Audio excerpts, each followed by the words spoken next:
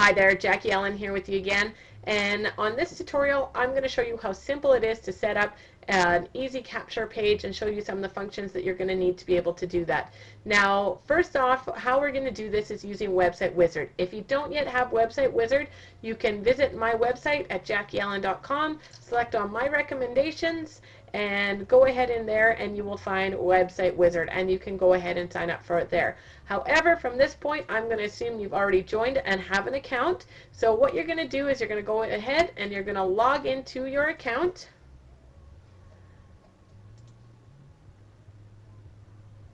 Once you've logged in, you're going to be taken to this main panel page. And here's what you need to do. All you need to do is select on Manage Pages in order to create your new website. And ignore the fact that I have a whole bunch of pages here already. Yours is probably blank. That's okay. But what you need to do is you just need to select here on Create. And what this is going to do is this is going to create a new page for you. Now you need to select a page type. There's all sorts of different things you can do, but all you have to concern yourself is a normal page at this point, and click Add Page. Now this takes you to the actual creation field of your website. Now what I encourage you all to make sure you do, first off, so you don't forget, is click on this Options tab. What this is going to do is it's going to give your page options. Now, I don't know what some of these things do, but the most important things right off the start when you're first setting up your page is to select off these two features. One is Hide Page from Menu, and the other one is Hide Menu. The reason you want to do this is with your Website Wizard account, you're going to be able to make multiple capture pages, but you don't want a menu on there that shows your other capture pages on each one. So if you make sure these are both ticked off, then you've covered yourself. This is the same spot that you can come back later. You can add meta keywords and tags and stuff to help make it more search engine optimized. But for now, we're just going to go ahead and click back here to Content. And again, this is where we're going to enter our content. Now, when you're making your capture pages, there's a few important things that you're going to want to have on it. One is your capture page. Remember, we're trying to brand ourselves. So your capture page should have at the very least a picture of you, if not a video of you. So the first thing I'm going to show you is how to insert a picture. You're going to go up here to this little picture frame and click on Insert Image. Okay, once you're in here, you're going to find this option to upload a new image. You're just going to select on the Browse button, and you're going to go ahead and select an image to input into your site. I'm going to go ahead and select on this one. Now it's going to give you a warning not to do anything because right now it's uploading the image so that we're going to be able to find it to use. Okay, once that goes away, you should be able to scroll through. Now you'll only have one, you won't have hundreds like I do. And there's the one I'm looking for. So once you see your image, you have some different options.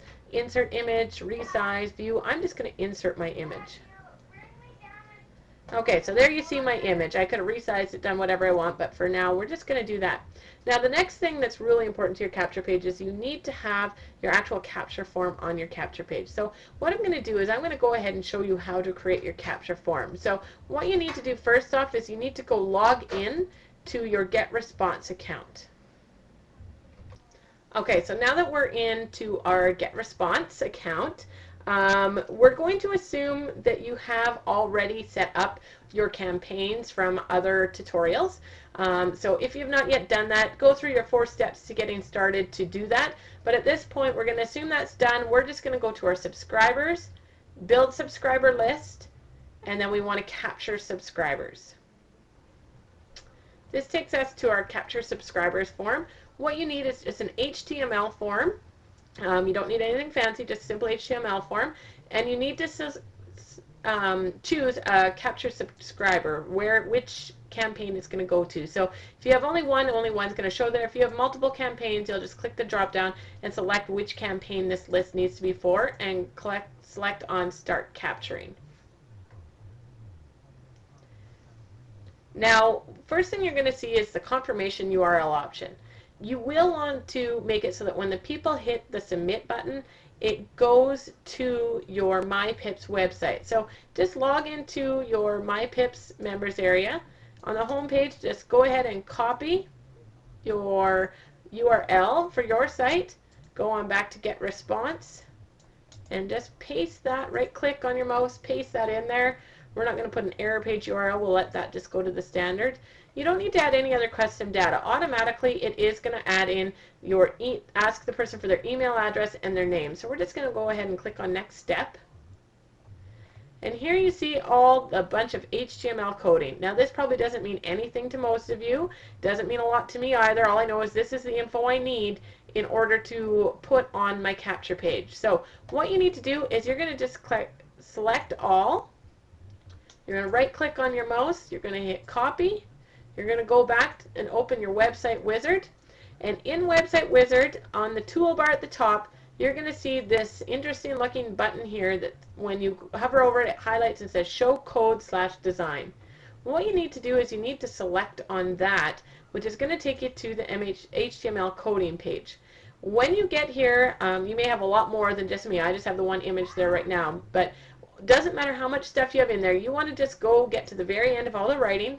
You're going to put your cursor there. You're going to right click on your mouse, scroll down and select on paste. Now you can see a whole bunch of HTML coding in there. And all I'm going to do now, so I can see what it actually looks like, is I'm going to go back up to that show code/design button that's at the top. I'm going to click it again.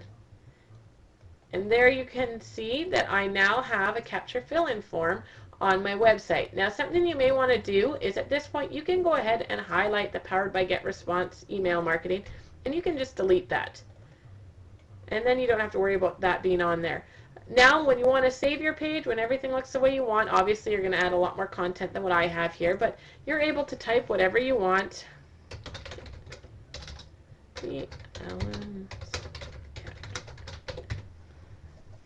If you want it as normal with anything else,